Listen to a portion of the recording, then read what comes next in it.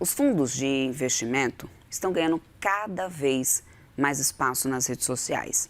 Segundo a 10ª edição do Finfluence, as menções ao tema saltaram de cerca de 28 mil para 76.500 nos últimos 5 anos. Para a Ambima, fundos e FIIs trazem juntos cenário e estratégias de investimento, mostrando que o público quer entender como esses produtos se encaixam na carteira. É para falar sobre esse crescimento desse tema nas redes e também o comportamento dos investidores que recebemos agora a Amanda Brum, que é CMO da Ambima, já está aqui comigo. Amanda, muito bom dia para você, minha querida. Obrigada por ter aceito aqui o nosso convite. Bom dia, Débora. É sempre um prazer falar contigo.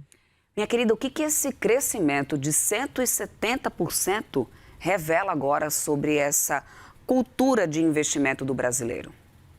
Olha, Débora, é muito interessante notar que cresceu em 170% o número de menções aos fundos de investimentos, mas mais do que isso, a gente viu um crescimento de quase 300% no engajamento do público nas redes sociais quando tem posts citando fundos de investimento. O que isso mostra para a gente? Que as pessoas estão cada vez mais interessadas neste tipo de produto. E o que as pessoas veem nesse tipo de produto?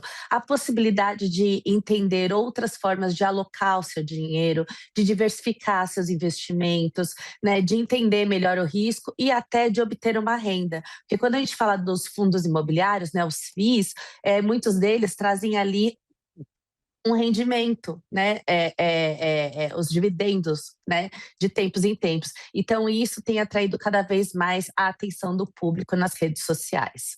Agora, Amanda, há uma mudança de comportamento, a gente claramente vê isso com esses números, mas o que mudou, né, nesses fundos para que esses fundos passassem a ocupar um espaço tão relevante na conversa das redes sociais? Porque até então, aliás, durante muito tempo, a gente sabia que esses fundos eram vistos como produtos mais técnicos, mais restritos. Mudou algo em relação a isso? O que mudou, Débora, é um amadurecimento do próprio público que vem procurando informações sobre investimentos nas redes sociais. Então, quando a gente começou a monitorar esse assunto em 2020, para você ter uma ideia, o público era muito menor e mais restrito. Hoje a gente tem quase 310 milhões de pessoas, né, de perfis ali que seguem nas redes sociais, influenciadores que falam de finanças e investimentos.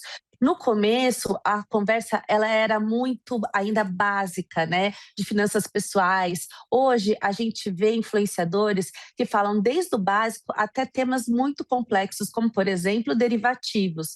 Então, hoje a gente tem um tipo de... Eu gosto de falar que pelo menos tem um tipo de influenciador para cada tipo de investidor.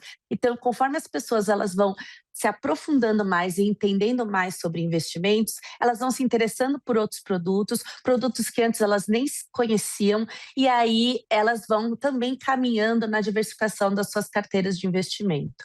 Vamos falar um pouquinho mais sobre esse papel desses influenciadores, Amanda, porque aqui no levantamento vocês mostram que os criadores de conteúdo, pessoa física, respondem por mais de 80% do engajamento sobre os fundos, ou seja, hoje, os influenciadores financeiros, eles têm mais influência sobre as decisões de investimento do que até mesmo as próprias instituições mais tradicionais, Amanda, e há, claro, uma baita de uma responsabilidade nisso, né? Não dá para afirmar isso de ordem direta. O que a gente consegue ver é que os influenciadores, eles têm um público bastante considerável que os ouve na hora de tomar decisão. A gente tem uma outra pesquisa na Ambima que pergunta o que é importante para vocês na hora que vocês decidem investir, né, que é o nosso raio-x do investidor. E ali os influenciadores, eles aparecem como a sexta principal fonte de informação, né? Então, a gente não pode dizer que eles não estão, que o público não ouve as instituições financeiras ou mesmo a imprensa oficial, né, e outras fontes de informações sobre educação financeira. Mas não tem como negar que os influenciadores já têm um papel bem relevante. E esse papel, ele aumenta à medida que você estratifica por idade. Então, os mais jovens, sem sombra de dúvida, acabam utilizando mais as informações e se influenciando mais pelas pessoas que estão ali ditando tendência nas redes sociais. Agora vamos lá, os fundos imobiliários, né? Você já até deu um spoiler aqui logo no início do nosso papo sobre o quanto eles acabam atraindo por causa da questão dos dividendos. E existe realmente um fascínio aqui, muito mais concentrado, né, nos fundos imobiliários do que nesses comentários aí do universo financeiro aí nas redes. Amanda, isso é explicado justamente por causa dessa questão desse rendimento que acaba sendo de uma maneira mais contínua do que outros tipos de investimentos? Os fundos de investimentos imobiliários, eles atraem o público justamente por esta característica que eles têm, de pagarem dividendos, né? Mas tem uma coisa interessante, Débora, que a gente observou quando a gente olhou fundos de investimentos de 2020 a 2025 nas redes sociais, é que no começo do estudo, os fundos imobiliários basicamente dominavam a conversa dos influenciadores, né? Hoje em dia, né, a gente já não vê essa disparidade tão grande quanto foi no passado. Então, isso tem mostrado que o interesse nos outros tipos de fundo também vem crescendo e os influenciadores vêm falando também mais sobre os fundos de uma forma geral. Então, trazendo aí fundos de ação, fundos de renda fixa, os fundos cambiais. Então, a conversa tem sido mais ampla e mais aprofundada. Acompanhando um pouco, né, de todas as edições do Finfluence, qual que é a principal diferença que você percebe entre o que o investidor consumia de conteúdo financeiro lá em 2020 e do que eles estão consumindo de conteúdo hoje? Quais são as principais diferenças?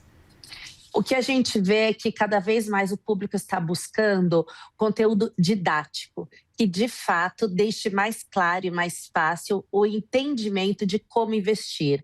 O passo a passo, o como fazer, cada vez desperta mais a atenção do público. E os influenciadores já entenderam isso e vão ajustando os seus conteúdos de forma a entregar aquilo que o público mais procura.